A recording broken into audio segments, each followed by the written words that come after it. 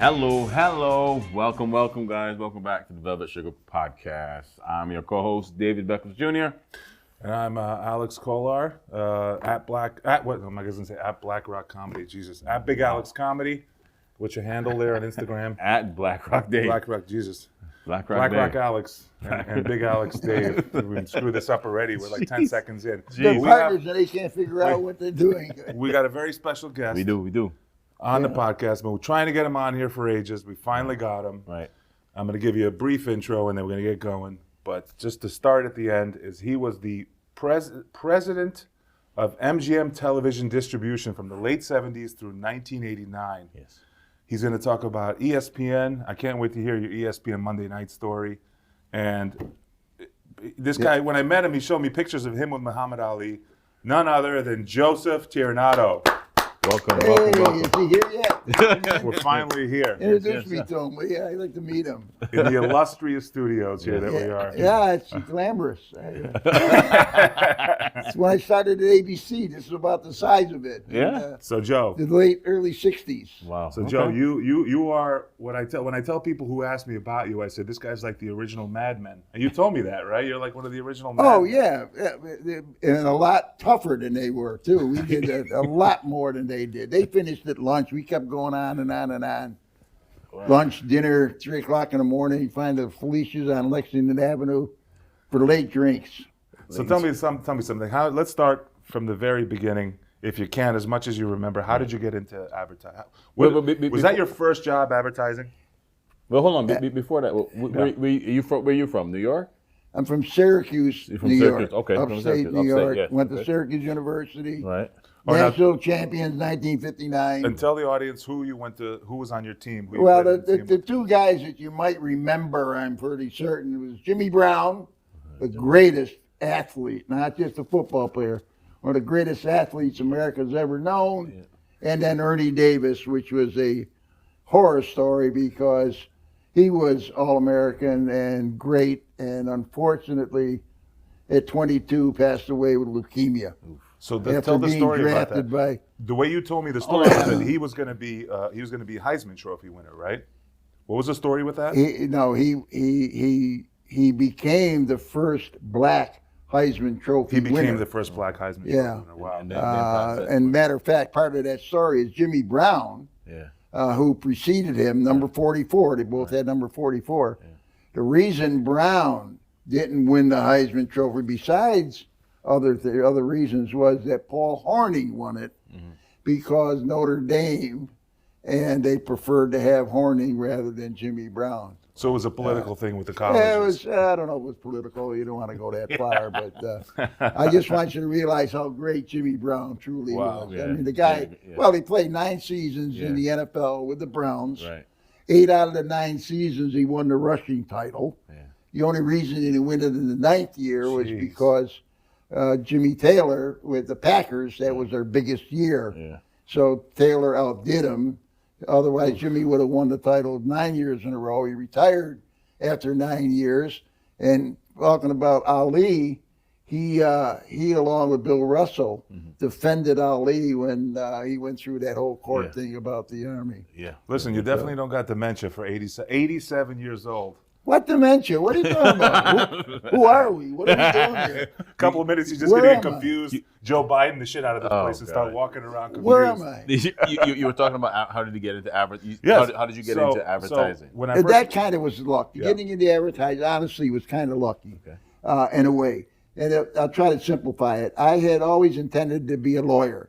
I took pre-law at Syracuse University. Ooh. And then I spent 1 year law school in New York at New York Law School, not NYU, but New York Law School. Okay. And I decided I wasn't sure if the law was for me. I had friends of mine that were in California. I went out there. I liked California in a way. I liked what I saw there. I came back, and then I was told after all that education, you better find a job instead of hanging around the cities of Manhattan having a great time.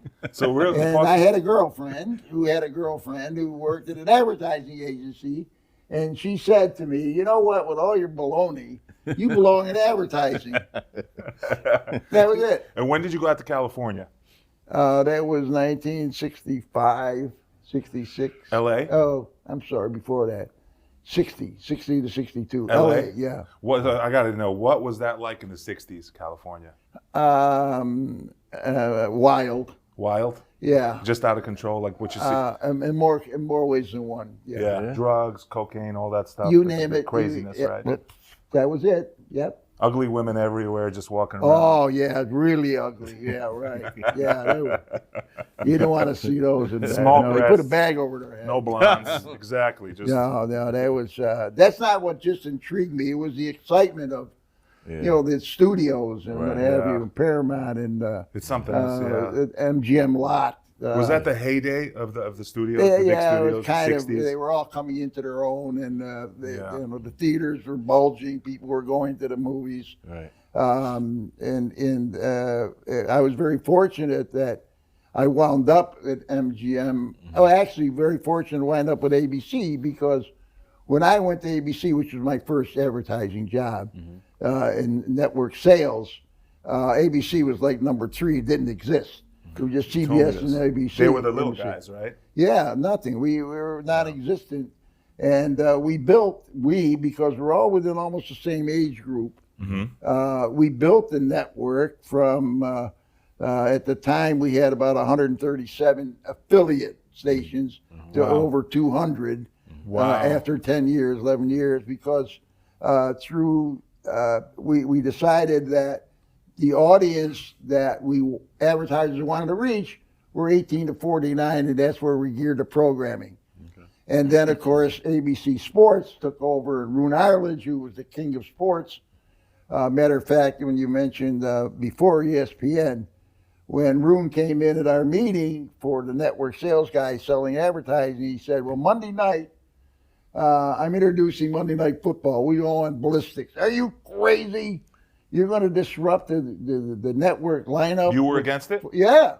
Why would you disrupt our successful primetime programming with football? Football belonged on CBS on Sunday, and that was basically it. What was your programming?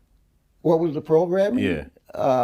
Starsky and Hutch. I remember that. Fame. I remember when that when I googled you. Mork and Mindy. I remember that. Yeah, I remember all those. We were building. Yeah, we were building. I googled you the other day, and we saw Fame. We googled you and we saw Fame on there. We saw you with the cast of Fame. Yeah. There was a good picture of you online. We kept it alive. NBC decided to cancel it because it had run its course, and Larry Gershwin, who was my boss, the president of ABC Television. Gershwin. Is there another Gershwin now? No. Okay. No, really. I'm confusing it with somebody else. Larry, we sat down and decided it was worth saving. It had a younger audience, it had a young appeal, and we kept it alive. We got the financing for it and put it on the air, and the rest of that is a success story. So who's the one that wanted the Monday Night Football? What was his name again? Roone Arledge. Yeah. He was Roone Arledge, just look up his name. He was the father of handheld cameras. Yeah. What was his position in the network? What? What was he? He was his president. He was the president of ABC Sports. ABC Sports president. Okay. ABC Sports president. And what happened was the hardest audience you had to get were young men 18 to 49. Well, they were there in droves on Monday Night Football. We looked him up there. Roone Arledge. Is that him right there? Roone Arledge? That's him. That's him. Okay. Wow. That's the guy. This guy's familiar. Well, he's no longer with us, but that was a long time ago. Wow. But he look at those glasses on the left. Yeah. Oh, that's 70s, 80s right there. Yeah. You know, there's another. I hate to tag on another interesting story. Go ahead. We got time. That's what. But I just happened to read this now because I have nothing to do with it. But there was a guy that worked for Roone, Jeff Mason, who was like the producer of the programming of the television sports shows and so on at ABC Films or ABC Sports, which became, a great Saturday show. He is in Florida now. He's still alive. Okay. He's producing a program called September 5, about the Munich terror attack when they were going to kill the Munich Olympics. Munich Olympics. Oh yeah. And what I didn't realize that Jeff actually was in the production. Is that him? booth. Is that him right there? Looks like it. I think so. Jeffrey yeah. Mason. Yeah. Jeff Mason. Jeff with the G. And Jeffrey with the G. what I'm giving him a free plug, I guess, because the movie comes out in December. Yeah. But it's from his point of view, and one of the things he pointed out that when the Germans invaded the rooms, they got him. They were going to shoot him, and the reason they wanted him out of there is because his cameras were shooting the roof where the German snipers were, who wanted to shoot anybody coming in to try and help him. And from his vantage point inside, he tells the story now for the first time of what actually happened from his point of view. Okay. And he happens to mention another guy that was one of the best journalists, Peter Jennings, who dressed. Oh, yeah. Peter, I didn't realize this myself, and I was part of it. Not part of that, but that Peter Jennings dressed as an athlete with a name thing and snuck into the place to get a first-hand reporting of what was happening. Wow. And we all remember Jim McKay, whose final words were, and it's been repeated 1,000 times, they're all gone, when they all got blown up in the plane, in the helicopter. And his only words were, and they're all gone.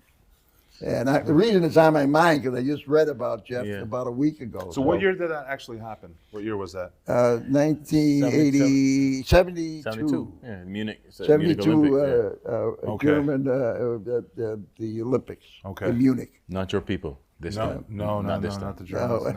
No. Anyway, that's a side thought for... but that's how I started. I started at ABC, and probably the lowest job you could possibly have.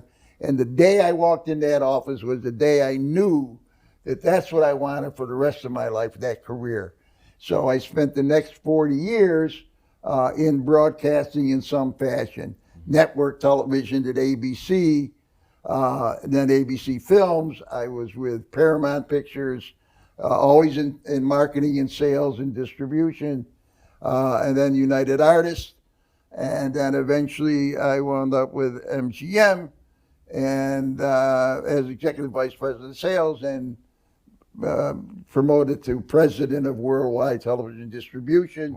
And ironically, which connects with you in a way, ironically, MGM, we went and bought United Artists, which had all the James Bond pictures and all the Rocky movies. I told you dementia. So, he's losing it. This guy doesn't know what he's talking about. None of this makes any sense. Okay. You know, we'll piece it together later. How the hell do you remember this? I watched so many Rocky movies because that's what he shows when he's doing his MRIs. How many times can I watch Creed and Rocky 1, Rocky 2, Rocky 10? Switch it up, bro. I'm gonna inject your blood into me, and hopefully I get some of this memory for the rest of my life. Switch it something. Bond, James Bond. You know, sometimes I think about this to go, to a personal level. I'm dealing with a number of health issues that are serious, and that's why I welcome this opportunity to really sit and with great people, even though you're 3 times my size. You're about the size of the guys I played football against. I'm actually sitting on the floor next to Joe. I'm sitting on the floor right now. If I stood up and sit on a chair, I would look 19 feet tall. Oh, God. No, it's an honor to have you here.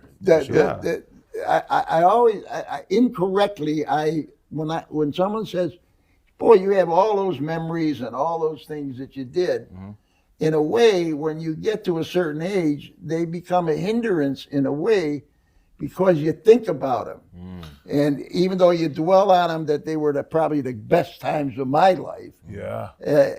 That desire to get back. It's like a baseball player, baseball. You know, the guy said there was a great line, Joe DiMaggio and Marilyn Monroe. Marilyn Monroe went to Korea to entertain the troops. When they came back, they were in Japan. And they're getting off the plane. And all these people are screaming about Marilyn. And she turned to Joe. I got to know Joe I'll think of his name. She said to Joe, I don't imagine you can appreciate what all of this adulation type of thing is going on. He goes, yes, I do. He's a He Yankee. told you this? No, it Oh. was no, he didn't tell me. But you met him. You met Joe. Yeah, at Toots Shores. Yeah, He yeah. used to hang around at Toots Shores, the restaurant on 54th Street that we all went to, and everybody So knew. let's keep going, and let's get back to what you're saying. So you started with the studios, and you quickly went to where you ended up. So you started with the studios. What year was it? Roughly 50s, 60s? 60. 60. 60s. The 60s. First job. When did you start really like moving up? Like when did you become? How did that? I want to know how you walked into the studio, started selling Well, I advertising. didn't walk in. They brought me. Well, they in. brought you in. They brought you in. Walk in. But how did you? I know I look a little bit like a Don, but I didn't walk in and say, that's my job. I want that job. No, it was. How long did you do it until they noticed you and That's started right. I promoting you? worked. You know? Well, if you'd give me a chance to ahead. answer. Yeah, give him a I want to chance. hear. He's not from this country. I apologize on behalf of. I worked my butt off. I wasn't married. I traveled everywhere, changed offices whenever they wanted. And every territory that I was involved in was successful. Okay. And then as I hired people, they were successful. Right. So within the industry, which is, it sounds like it's a huge industry, but it's very closeted. Particularly now, it's changed quite a bit. But so everybody knew one another in a way. So it's results oriented, right? Let's put from an egotistical point of view, let's put the best guy we can get in MGM as a vice president of sales, Right. television. All right, Makes sense. Joe Tirinato. Joe Tirinato starts as a vice president, executive vice president. The sales kept getting better. We got better properties. Right. And then my boss at the time, Ed Montanus, passed away, gone. And eventually David Beagleman, famous Beagleman, became CEO of MGM, and he brought in Larry Gershman. And Gershman says, I want Tirinato as the president. This guy deserves what he's accomplished. And Larry appointed me as president of Worldwide Television Distribution. And how long were you in advertising when that happened? When you got I appointed? was 60, 10, 70, 30 years. It's a 30-year journey.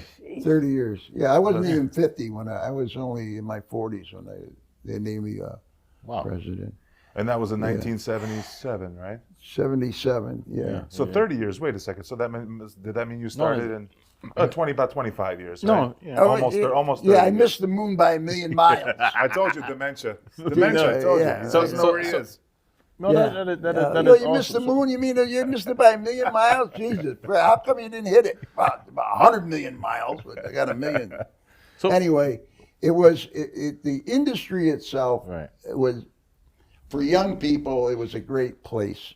And if you were good and you worked hard at it and all that other stuff with it, you eventually got the fruits of your labor. And it was very rewarding for me. Yeah. And I still stayed in New York City, but I traveled to Los Angeles a lot.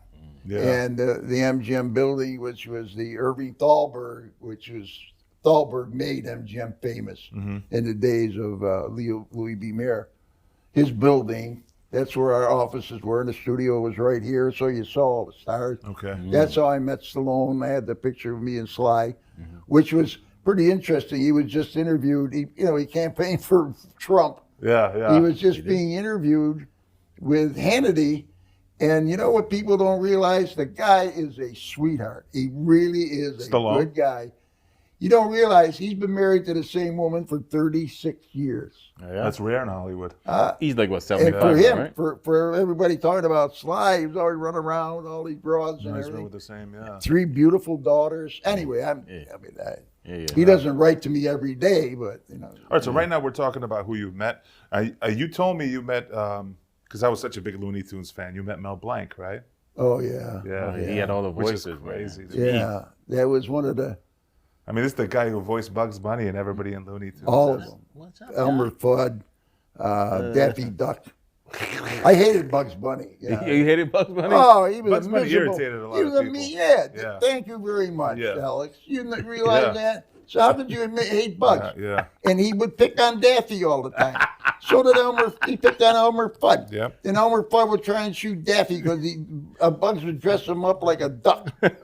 You know, and he was a duck, but he didn't look like a duck. But you know what? Those were memories because you watch those cartoons, kids. I laugh. Especially like Tom and Jerry. Yeah. I laughed till I cried. Tom and Tears. Jerry, the other one. Tears. I showed it to my kids today, my modern Westchester young kids, this new generation, and they fell in love with Looney Tunes. Kids love it. It's funny. I mean, it wouldn't pass today. They wouldn't put it on TV. It was too violent now. But it's hilarious. They love it. They get it. I used to laugh at Tom and Jerry till I couldn't breathe. Yeah.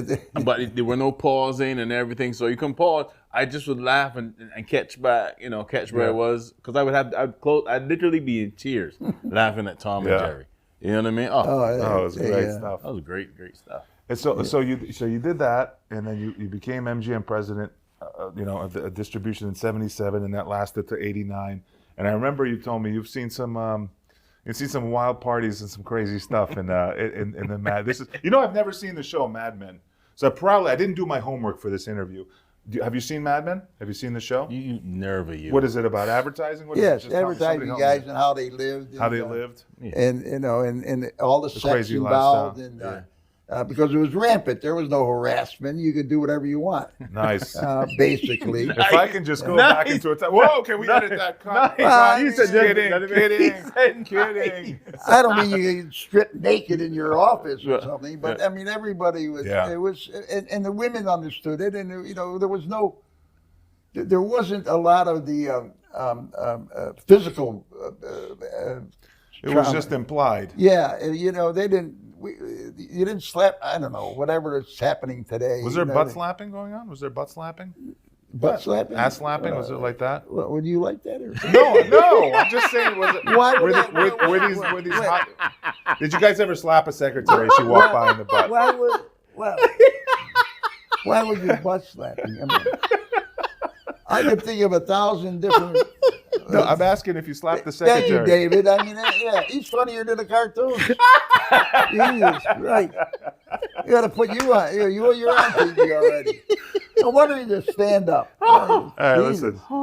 Maybe I can be your cohort. Can I get up there? Oh, man. Be the straight guys. I can be Dean Martin. You can be Jerry Lewis. Hey, those other two clowns. But listen, you told me a story that you walked into a party. All I remember, you told me the story over a year ago, so I don't recall it exactly. Oh, you said look, something about a bowl. I know, I got to mention a bowl of cocaine. And tell us like some of these. Give us like one of these crazy things. Anything ever shock you, or you just walked in and said, "All right, there's a bowl of cocaine"? That came about because we were. I think what I told you about basically, without going into a lot of detail, there was a thought. Somebody wanted to produce a show. Did America kill John Wayne? Okay. And the reason was because when he shot the Conquerors, they shot it in Utah where they did all the atomic explosions. Right. Oh. So evidently he got cancer from from the fallout. Yeah. So what would it have? What went into taking a show from a concept to producing it back in those days? Oh, what it took? Yeah. It took a lot of perseverance. Yeah. It took a lot of coercion. Yeah. And talent. A combination of all those, because if you're a writer, producer, you have the concept, you know what it is, you know how you want to put it together. Right. But now you got to sell it to someone who has to okay it. Right. Pitch meetings, right? Yeah, and they're sitting there. All they care about is dollars and cents. Right. And if it doesn't click, you're up against a stone wall, and you gotta keep pushing and then get lucky and put the right people in the cast. Yeah. Works out to be the right cast, the right type of a pilot. You shoot the pilot, and they you want to call them suits. Yeah. They decide. Yeah. Let's put it on the air and test it and see what happens, then the rest is up to the audience. But it's not a perfect system, because Seinfeld, regarded as one of the great sitcoms, was flailing at first. But the executives that so I was told, I heard it somewhere on a podcast too, just a few days ago, that the execs, I think on NBC, that's where Seinfeld was. Yes. On NBC, Yeah. that they loved it and they kept pushing it and pushing it till it became, Right, what if it you was. He also had a great following in stand-up too. Yeah. So Jerry. that all of that added to it, and he's a great salesperson. Okay. So it became almost a natural, and once it hit the air, Yeah. right casting, because that helps a lot. I mean, that helped him with that show. Alone, without that right kind of a cast, might not have been that successful. Might have still been successful, but Because today, right, still exists network, but now with the internet, especially social media, oh, that's a different. you can sneeze in a video. I got a little cousin that he danced on TikTok. 5 million views. Yeah. It's 5 a million, whole different and world. it's Something like, makes it just go, and it can go across the country, it can go across the world. I mean, I make videos that are seen in all different countries and people, which is, it's a phenomenon. It It, is. really is. Right. I mean, it's But I was taken going to over. say, it's not a perfect. I bet you these pitch meetings, they're not a perfect concept because you hear of stories where, like, I heard a story of something that was like a huge show. Let's just say a huge show. I forgot which one it was, but they pitched it to like 4 networks. They all said this is going to be garbage. But the little network that took the show, then it became like some great show. That happens. It wasn't 18, right? It wasn't It's 18? Rocky. Rocky is a perfect example. Rock. So this is exactly. Nobody wanted it. He sat down. He was in the Lords of Flatbush, a movie nobody ever saw. He was one of the young guys, but he had this concept. He was talking about it with Hannity too. Yeah. He had this idea about lifting up the little people, and there's always hope that you can always struggle and get ahead and do something if you work at it. And it rattled around in his brain, and he came up with the idea of Rocky, the boxer, who overcomes all of these negatives. Okay. When he came to Hollywood, nobody knew who the hell he was, and he had his script, and he was turned down by every major studio. One or two of them offered him $25,000 for the script. Wow. And he said he was willing to sell the script if he starred in it and he wrote it and blah blah blah. And they said, we just want the rights. Yeah. Excuse my language, No, but he you're wants fine. the rights. You're fine. We're grown. And he persevered. I will refuse to let anybody do this unless I do it. And United Artists, Arthur Krim was the president of United Artists. They took a flyer on him. Wow. They just lost a ton of money with Michael Cimino in the Heaven's Gate. Okay. So they were like, what? So they took a shot at it, and the rest is history. It really is. Yeah. He produced. He was the man behind Rocky. Yeah. He made it what it was, and the rest is a success story.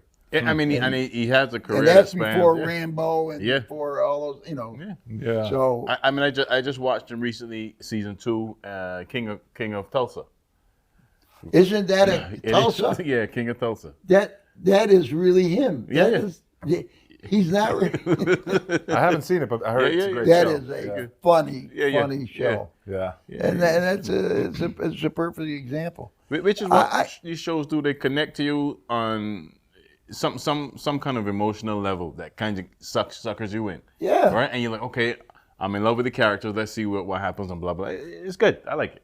And he says, that a lot of those characters, you can actually interject yourself into that situation. Yeah. Oh, yeah, that was me when they turned me down, or I'm glad I stuck to it.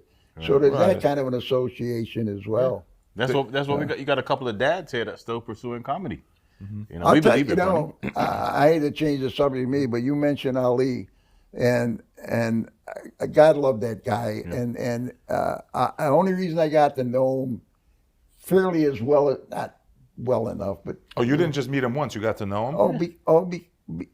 Knowing is maybe the wrong word, but Howard Cosell, who at the time, as you know, was Monday Night Football. You hated him, but you watched it. Yeah. Along with Gifford, who couldn't add two and but no, they had a great. It was a great. You heard it here first. Frank was great. Yeah. He was one of the best. Yeah. OJ was pretty good too, but OJ went another way.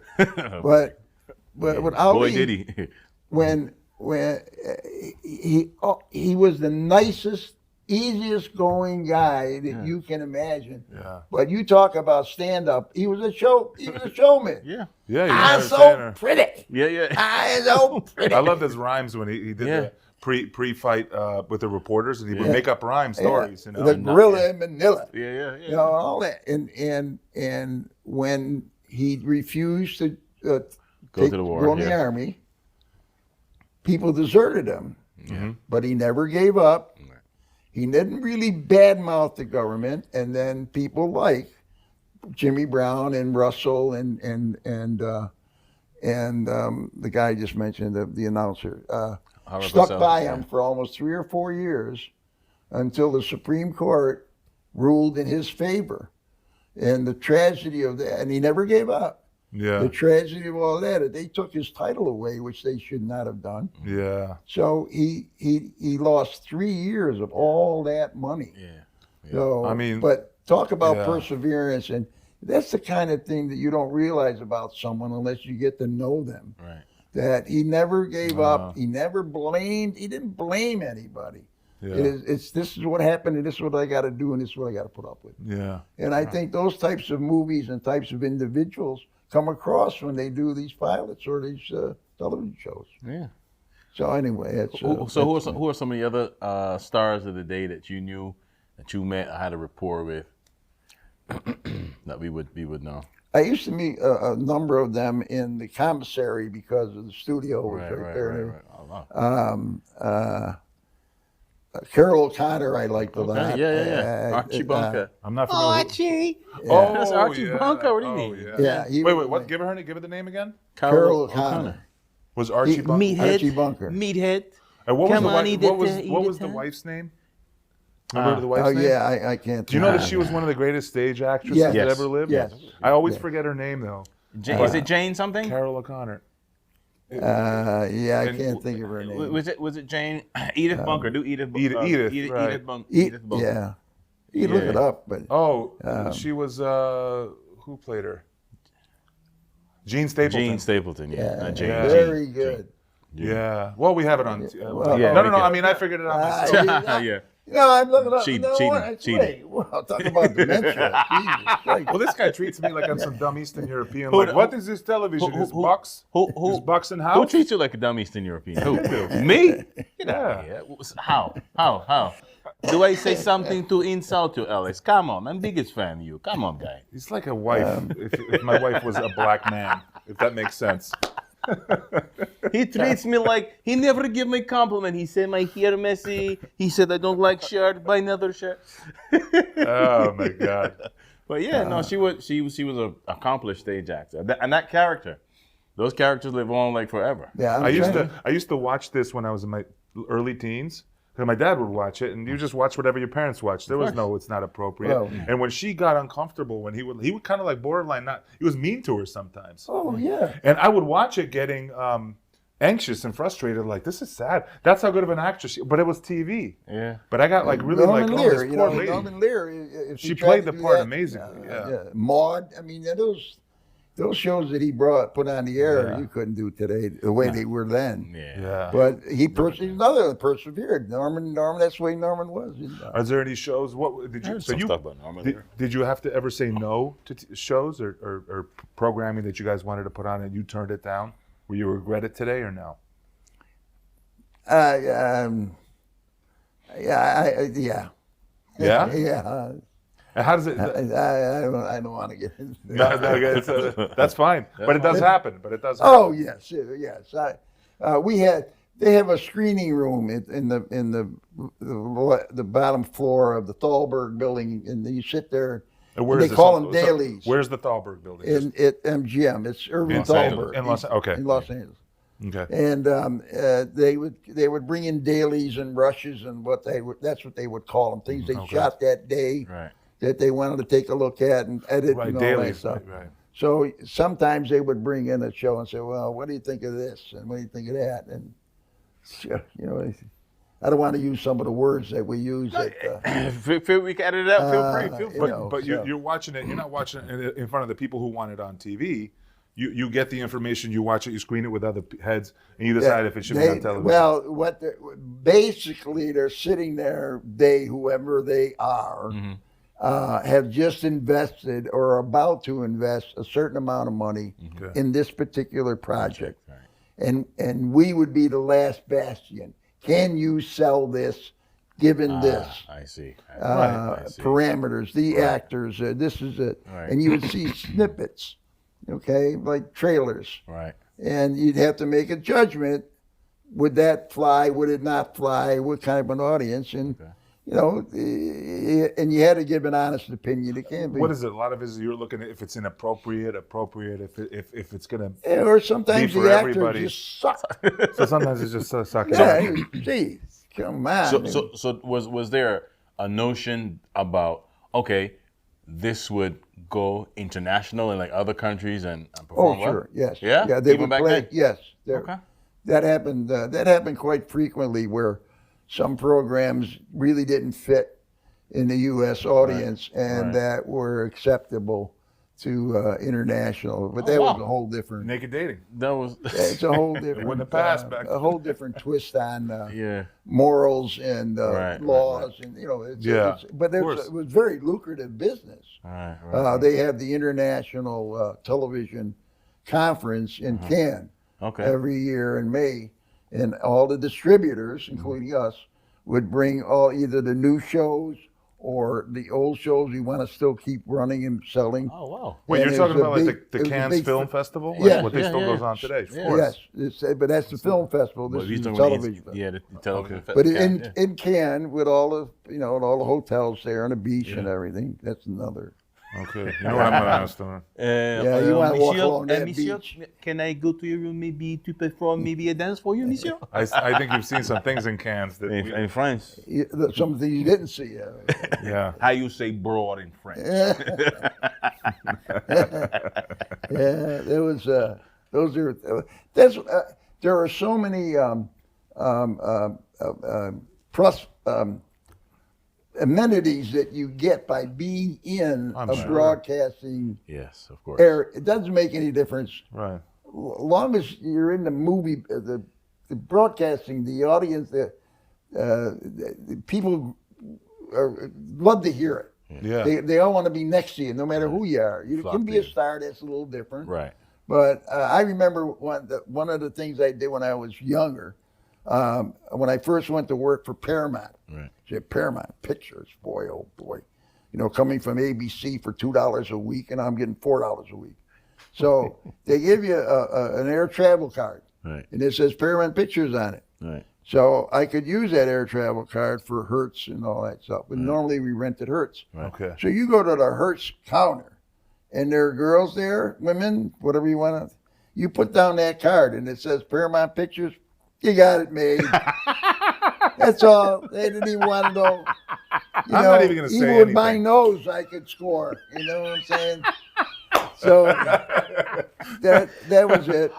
That's all. Oh my God. Yeah, Paramount. Oh. Yeah, that's it. We're pictures. It's me right here. I'm going to say it nicely for our audience. A vaginal magnet. Pussy magnet. You put that down. Listen, I seen a guy, I worked in a nightclub one time. I was a bouncer. And I seen a guy. No. Yeah, huge, No, giant guy. no. I seen a guy pull up with a Lamborghini. And you think, well, what could possibly happen? The girls are going to just come flocking to him. The Lamborghini pulls up, and just girls out of nowhere just strolling by. Yep. Hi, this is nice. Are you coming in? It's amazing. Yeah. It just came out of nowhere, out of the woodwork. Yeah. So I can imagine what you've seen. Did you ever travel to any interesting parts of the country other than the majors, like the cities like LA and New York and Paris and all this stuff? Did that business take you all over the world, or was it mostly LA and New York? Not all over the world. That was a little too, the expense in those days and the travel time was. We had representatives in Australia and like not New Zealand, mostly Australia, but my travels mostly were through Europe, what is London, Dublin, Paris, Germany, those Spain. West Germany.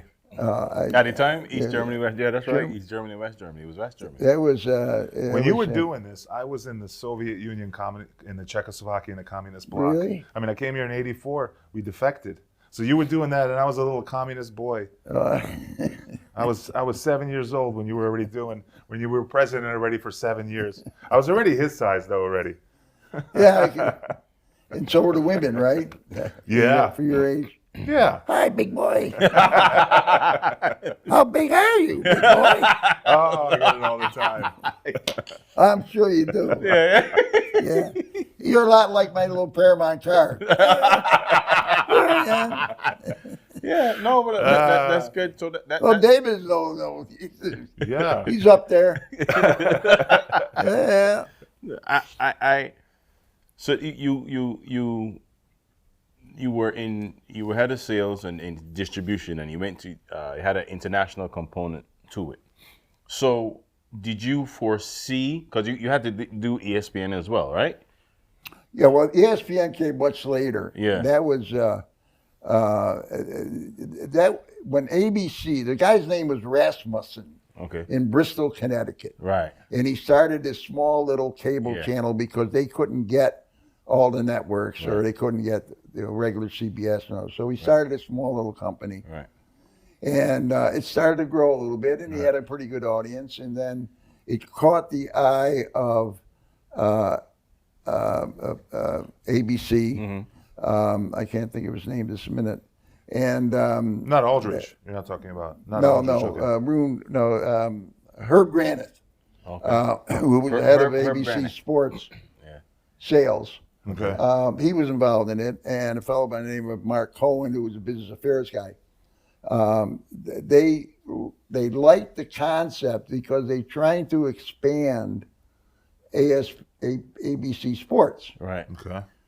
And those that could see some of the future, they realized that cable might be the new outlet for programming. Right. Right.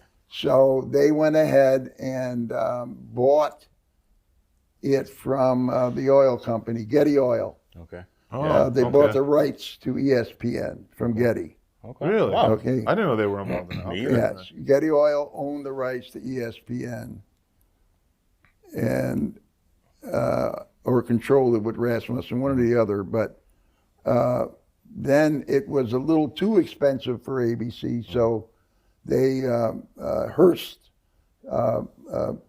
magazines, they own television shows. They invested in it, and it went on ABC. And then when you saw sports like the wrestling, arm wrestling, and that was the offshoot, and then it just got bigger and bigger and bigger and bigger. Yeah. When did pro wrestling get big? Because I was around when WWF. Was that in the early '80s? The wrestestling got big. The professional wrestling. I would, Did Did it go back to the? Do you remember it? What's his name? Yeah, it was the head of it. Who aired it? Who originally aired it in the '80s? Where was it aired? I don't. You know what? That's something I don't remember. I don't. They remember were. See, they weren't. You see, right now we know WWE, which was WWF before. But what happened, as I remember it, especially Vince McMahon Sr., see, there were all these these different wrestling organizations, pockets of them. You had the South, and they stuck to theirs. The North stuck to theirs. But McMahon Sr. got aggressive, and he ended up gobbling up all of that's them. McMahon. Yeah.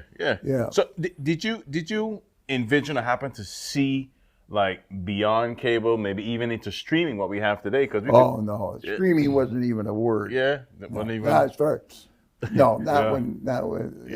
No, that was much later. And it's still, still people don't quite get it, but the studios are streaming more and more of their movies. They are. I mean, I grew up in the islands, so I would come here in the summer because we had one television station when I was a kid in Barbados. Yeah. I came here, you've got several, right? So I'm watching shows that are repeats in the summertime. First time I'm seeing them because by the time they get down to Barbados, I see them already during the summer, right? Yeah. And as a TV guy, my daughter, compared to my daughter, she doesn't watch TV. I mean, she's in college now, but it wasn't when she was a little girl. But everything is on her phone and your computer. Yes. You don't have to sit in front of the TV at a certain time. You watch whenever. That's my son. That's what he does. And my son, he doesn't. Like SNL, right? You have to watch Saturday Night Live at 11:30. Now, I just go to YouTube and you see I mean, clips it's and TV. everything. It's still TV. It's just more on demand for the consumer. Right. They can watch it whenever they want it. But it's still TV. But there are arguments out there. Is it still as powerful as it was? The medium. Well, there's no more gatekeepers like Johnny Carson and Leno, Johnny, Letterman. Johnny Carson Right? was a gatekeeper. I'm saying these were all gatekeepers for stand-up comedians like what we do. Now it's like all like social media. We talk about this all the time. Yeah, because There's no more gatekeepers like that. now you can go on a late night talk show, perform, get 5 million views, and then nothing. Nothing comes of it. As a stand-up comedian, you used to have to go on one of these shows like Carson. Yeah, I know. Yeah. And then if he didn't like you, your career was over. That was it. If he invited you to that couch, That was the gatekeeper. Yeah, I know But that. it's not like that. He's like, Well, which is- what do you teach? Oh, yeah. No. I know that. Yeah. No, thanks for telling me. Today is December, Joe. Oh, God. December So 24th. tell us. So what else went into that? You think? I'm sorry? What else then went into that? Like making a star or making the next hottest, but like Eddie Murphy, for example, because he shot out of Saturday Night Live. Yeah, and then just woof. Because what happened was, I don't know if you're familiar with Godfrey, comedian Godfrey. No. Well, he's a comedian, very good, one of my favorites, and he auditioned for Gilbert SNL. Gottfried? Not Gilbert Gottfried. No, I loved him. his name is actually Godfrey Danchima Jr. But he auditioned for SNL, and he pretty much could do everything Eddie Murphy could do in terms of characters, voices, original. And they never hired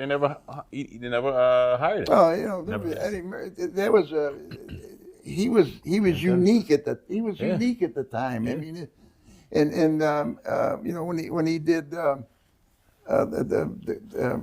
Fudgy, what the hell? Gumby. Yeah. I mean, those were unique. Those were different. Mr. Rogers' Yeah. neighborhood. Yeah. Yeah, Mr. Rogers. Yeah. Yeah, I have the neighborhood. Yeah. Those are all like new kind of for emerging. him. Right. It was his talent. Right. I don't know Godfrey, so I can't compare him. But Yeah, that's him right there. Boom.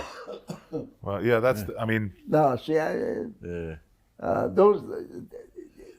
the audience today is just within the space of 10 years is totally different. Right. Like I said, my son grew up on computers. Right. Like you said, he gets everything. He doesn't want to watch. I don't need to watch. My wife used to get mad at him because he couldn't tell time unless it was digital. Right. I think my kids are like that now. Yeah. The new kids are like this. Yeah. So they're growing up in a much different. Now you say late night, they're doomed. They're all My kids are gone. Eastern European, so I beat them. Yeah. I beat them until they learn and understand. What father say? You what you have for dinner? I don't beat Nothing. my kids. Go. You see how big I am. Eat it. Say, Dad, I'm vegan. Eat it. Drink it. So you think, is there any difference now, like today, how shows are produced, how shows come together? Is it the same as it always was? Is it going the same way? Oh, I've been out of it for a You've while been out now, of it so since it's 89, hard. right? You stopped? I still do a little bit of things. I was staying in touch. What made you stop? Did you just retire? Kind of. Like MacArthur said, they just fade away. We just kind of fade away. The younger ones come up behind you and they take over and they have different ideas. Right. So it's kind of direction. sounds to me what you're saying is it's a little bit of a ruthless business, right? As soon as somebody has better ideas, they shove you aside. Yeah. It's competition. I mean, what do you expect? Right. I mean, and you accepted it because you're like, listen, this is what I built. I'm happy with what I can look back at my accomplishments because this is what I. So if someone younger comes to take the baton, then I'm perfectly fine. David, that's exactly it. Yeah. That's exactly. You jealous. realize Don't be jealous. that you were one of them at one point in time, Right. and probably we were resented by older people who had the jobs, and we're trying to push them out. Right. But it's all part of business. It's not just broadcasting. Right. Broadcasting is a little more harsh, I think, Right. because it's so visible, so public. Right. People write about it all the time. People are interested in it. Broadcasting. Have you seen Ron Burgundy? That whole thing. Well, he's Is any of that true? Is it an exaggeration of real life? no, that's not. It's all willpower. It's all man. silly.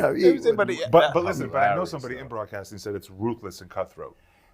That's what I heard. I mean, what do you know about it? Yeah, I mean, those are harsh words. Right. What's considered ruthless? What's cutthroat? I guess they mean Did competition. somebody go behind your back and do it, or was it done up front? Right. Because I have more talent, or I'm better, or I'm younger, or I'm smarter, or I have a different approach to what you had. Right. Or in a lot of cases, I'm very proud at the people that eventually that you might say I was responsible for Right. or in charge of. Right. That I wanted the smartest people. If they challenge me for the job, that's deserved. But I've watched them grow, and I take a lot of pride in some of them that have achieved a certain amount of success and a little bit of fame, maybe here or there. So people who say cutthroat, it's a little sour grapes. Maybe that comes from that a little bit. I think it's a case by case basis, not an overall. That's exactly right. As in most things in life, anyway. Yeah, a person could have an opinion of something and think it stinks. Right. And the same, the person looking at the same thing says it's not that bad. Right. True. So who's right, who's wrong? True. You got to. I mean, we're comedians, so we know exactly that. Like sometimes he finds some a particular comment or style hilarious, and I go, okay, and vice versa. If something I find hilarious, he goes, I don't get it. But that's you know what I mean. It's not his fault that he has no sense of humor. There's what I'm basically saying is what he's saying. There's a certain amount of obviously ability to see. I'm always impressed by people who have these creative minds that are able to see something that they feel is worthwhile, that people would like or appreciate or accept. They could be wrong, but they can visualize it. Right. I've never had that type of. I can visualize how to market and sell something. You give me that package, and if I say, I think I can really move that, now I know how to do it. But to get that package to where it's at, I can't produce it. I can't write it. I can tell you whether I think it sucks or not. That's where I come in because I create characters like that. I do a video series about a guy that's trying to be a news person, but he hasn't been successful, so he's very frustrated, right? No, but like now I want to turn it into like an everyday thing. What he goes through every day. He lives in Brooklyn. He's in a Caribbean community. There's an app, a news app, and it's not very good, and he gets into it with people back and forth. So that's what It's sketch. It's comedy. It's a business that I would recommend for people who have that type of a talent, a creative mind, an ability to accept defeat and keep going. Right. Because I remember trying to sell a package of movies. The guy said, throw me out of the office. But next day, hey, was it the same package? Yeah, I got one more picture. Yeah. You persevere, and that's how they become.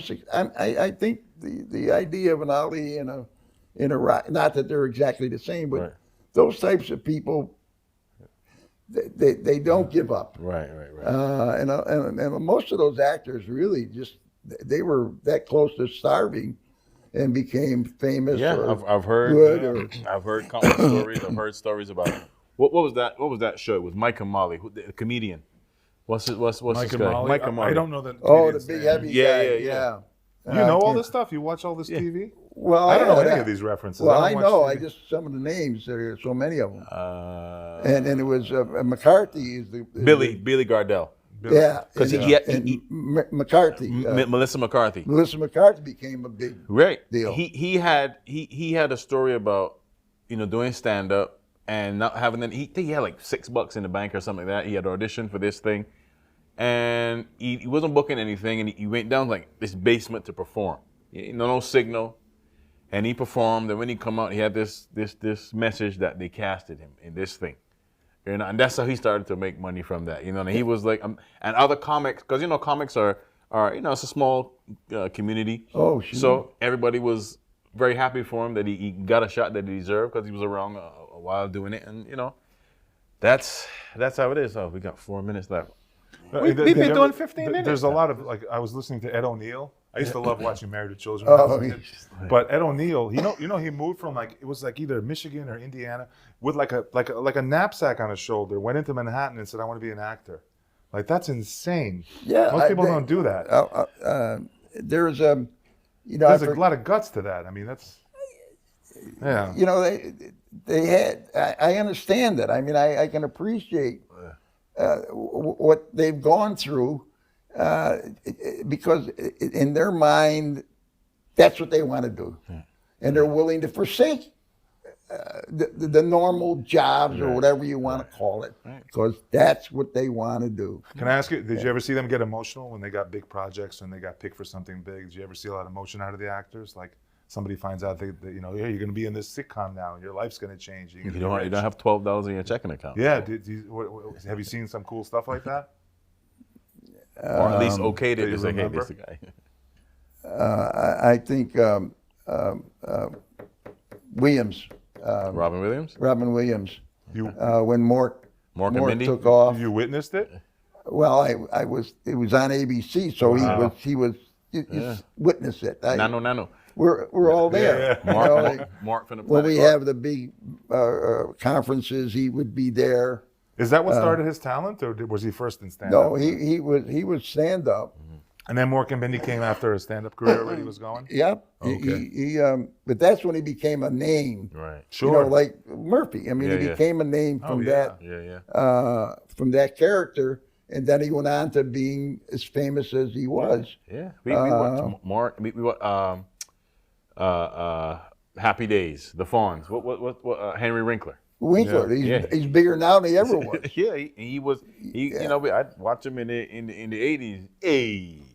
Yeah. He thought he was the coolest thing. That's what I was surprised about Robin Williams committing suicide. Yeah. But they did say he had some sort of illness or whatever it Oh, was. yeah. So- Yeah.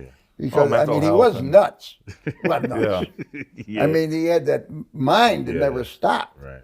He and Yeah, Jonathan he was, like, Winters. full of You ever energy. see he and Jonathan Winters get together? Jonathan Winters was like he based his characters on Jonathan Winters' portrayal of people. Interesting. Okay. And if you never saw Jonathan Winters, you don't understand. We could it, but YouTube. You could YouTube it and find it out. But the two of them together, you're like they belong in an insane asylum. Yeah. But what they said was hilarious, Yeah. bright, smart, quick. I mean, Yeah. the minds that think like that. I saw Robin once do a shtick at the last minute with two guys that we just happened to be walking through the lot. And he was walking like a not crazy man. Yeah. And whatever these two guys said to him, he turned around and he started jabbering. These two guys were on the floor. They were so goddamn laughing their ass off. We got seconds remaining. Yeah, we got like a minute left. That's it. Well, Joe, this has been a pleasure, and thank you for taking time out of your thank day you to come. for asking me. talk to I us. really appreciate it. Wow, we could go on. We could go on like a Joe Rogan interview, another 3 hours. But Well, Terrence- I want to leave one last thought. My career, I could not have asked for anything better. The people I met, the excitement I had, the meeting all those different people, was terrific, and it meant a lot to me and my family, and so on and so forth. So, and I'm glad that I had that opportunity. Awesome. And Well, part of it was luck. It's a And pleasure just to meet you. one comment about Syracuse University. Yeah. Oh, show us. Syracuse SU. Show the hat. For all of those guys, 1959 national champions. Jimmy Brown. He wasn't, but it was Ernie Davis. That hat looks like it's literally from 1959. Yeah, Holy shit. it's got dementia. They have a dementia. It's smarter It's than my I am dementia, already. yeah. You can leave it in if you want to. No, of course we leave it in. But thank you very much. It's been Thank you great. very much. Thank you, Great fun. Joe. Hey, Thank you. guys, thank you. This has been episode 18 of the Velvet Sugar Podcast. Please tell a friend to tell a friend. Like us. Share it to folks. We're trying to bring you some fantastic podcasts, some interviews. So, Email us and Yeah. and we'll answer your questions on Velvet the, Sugar on the Podcast next at show if you want. gmail.com. Yeah, we Let put us it up. know. I am David Beckles Jr. At BlackRock Dave. Alex Kolar at Big Alex Comedy. And thank you, Mr. Joseph Joe Tirinato, guest. Yes. Later. Thank you.